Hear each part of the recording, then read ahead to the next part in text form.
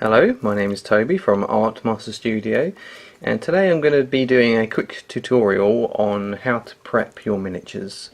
So basically we're going to start off by showing the tools. So you're going to need three things. You're going to need a knife. This is a basic craft knife, preferably one with a nice strong blade on it. Sometimes if you get them too cheap, they can be quite thin and flimsy, so you want a nice strong blade. Also a nice strong handle as well. Sometimes you get knives with plastic ends and they can snap quite easily if you're not careful. Next you will need a pair of snippers or nail clippers or anything that's strong enough to cut through soft metal. If you try and cut through anything stronger, like a wire pin or something, then you will damage your nail clippers. For instance, if you try and clip through some poles for your standard bearers with these, it's just not going to work. You're going to end up denting your nail clippers, so be wary of that. And then finally you're going to need a file.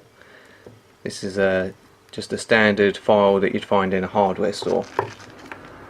So I'm going to zoom in now and I'm going to show you how I get rid of the excess flash on your miniatures.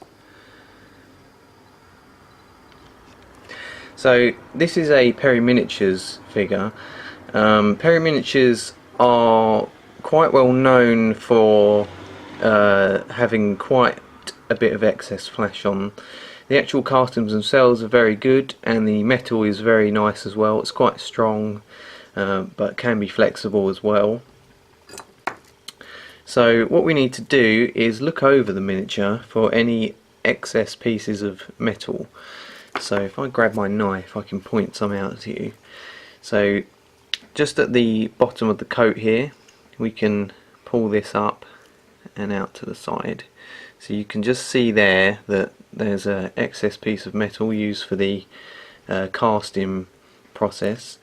So if we just get our nail clippers and just get that right at the base, so there's no little knobbins or anything sticking out there, and then we'll just rotate the figure around and look for any more of those that we can see.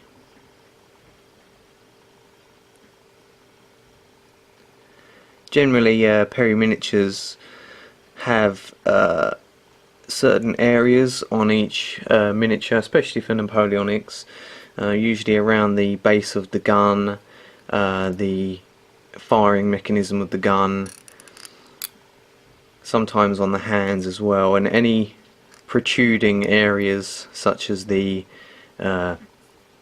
bayonets or scabbards, etc.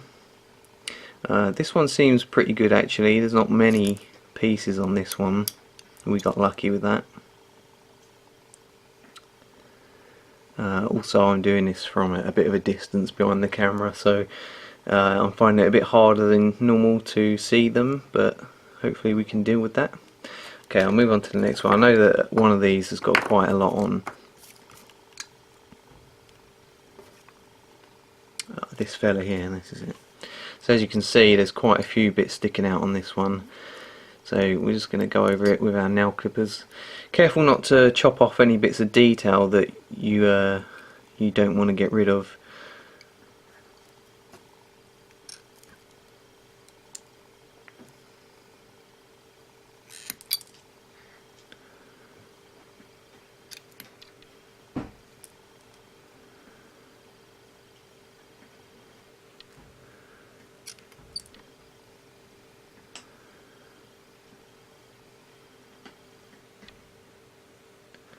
Okay, so when you're satisfied with your miniature and you've got all of the excess bits off, then you want to look out for any mould lines that you can see. Generally Perry Miniatures are quite good with the mould lines. Sometimes you get unlucky and you get the odd one that is bad, but that's very, very rare. And when you do find a mould line, they're usually down the sides of the figures from the top to the bottom. They wouldn't be this way around. You'd never really find a mould line going around this particular way. It's usually lengthways, whichever way is best for casting the particular figure. So on this one it's pretty obvious to me that they'd be down the sides, so from the top of the gun on this side all the way down, and then again on the other side all the way down.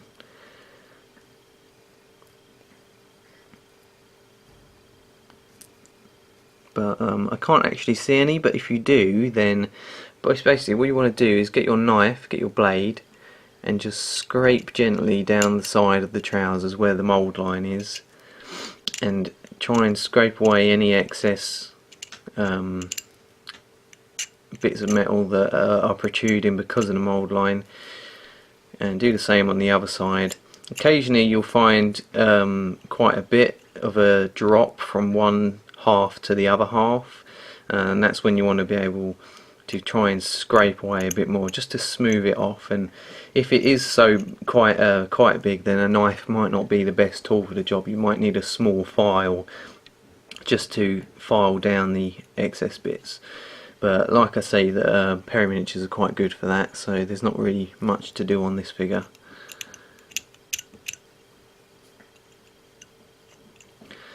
Alright, so now we move on to our next tool, the file. Generally the file will be used to smooth off the base. This is something a lot of people miss out on. Sometimes you'll find that you'll want to just scrape off the excess bits from the bottom of the base just to get it as smooth as you can, but it's always best to file it completely flat, because if you don't, when you go to stick your model down, he'll not completely meet with the base. The glue will have some gaps where the lumps and bumps are, so he'll wobble about a bit if you don't have it completely flat. So I'm just going to zoom out, grab the file. So basically just hold it at the base of the figure where you've got the most control over it. If you hold it up the top, when you go to do it, it will just wobble about like that. So when you hold it at the bottom, you've got much more control over how you can file it without it moving. So just gently rub it up and down until it gets completely flat. You can check underneath. You can see that it's getting a bit shiny, and that's particularly good when it gets shiny like that, because you know that's very flat, and you see the bits that aren't in contact with the file are not shiny.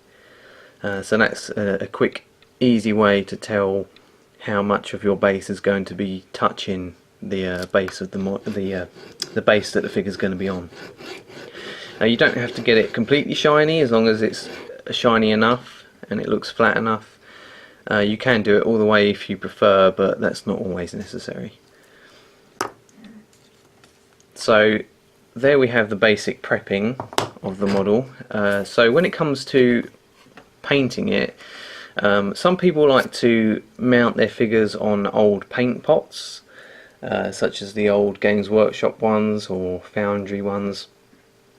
But my personal way of doing it, if it's not on a plinth or anything, then I'll get some card. In this case, this is just from a milk, a box containing some milk that I got from the supermarket. It's quite thick, so it's nice and sturdy. So I'll cut it into strips, and then I'll take my super glue. Use super strength super glue. Don't buy cheap runny super glue, because it's probably not going to stick that well. You can probably use runny stuff if you're just using it for this particular purpose, but if it comes to sticking parts on your miniatures that are multi-part, then it's best to use a thicker, stronger super glue.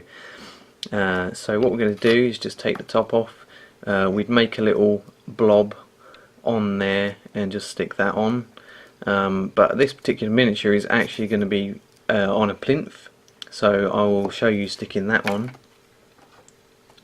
So these plinths are handy for painting, because the figure's elevated and you can keep your fingers away from it, so you're not going to scratch any paint off whilst you're doing it.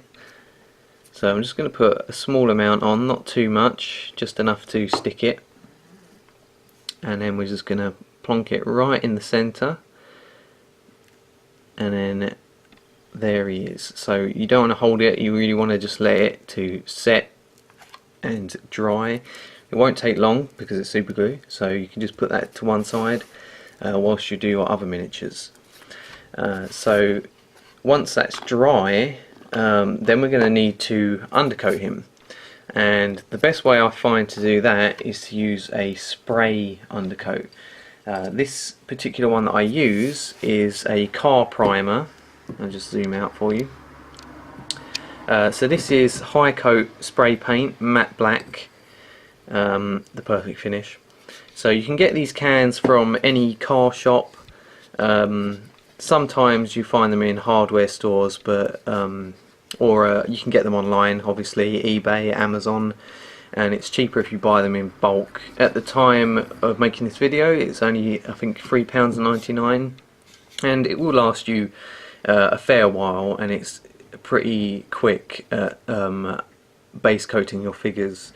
You can do them by hand if you use a good strong black, I think Humbrol do a nice black undercoat, but it does take quite a while to undercoat them. Best use a large brush if you're going to do it that way. But basically this is just a quick, effective way of spray undercoating your miniatures.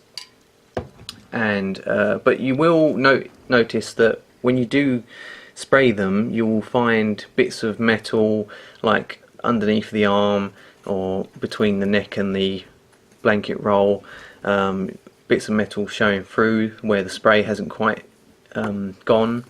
So then you want to just take a basic acrylic black paint. This is a cheap artist one, and you just want to use a big brush and go over those little bits that have been missed. So I hope you enjoyed this video, and if you want more, please leave suggestions below on what I can do next, and I shall see you next time.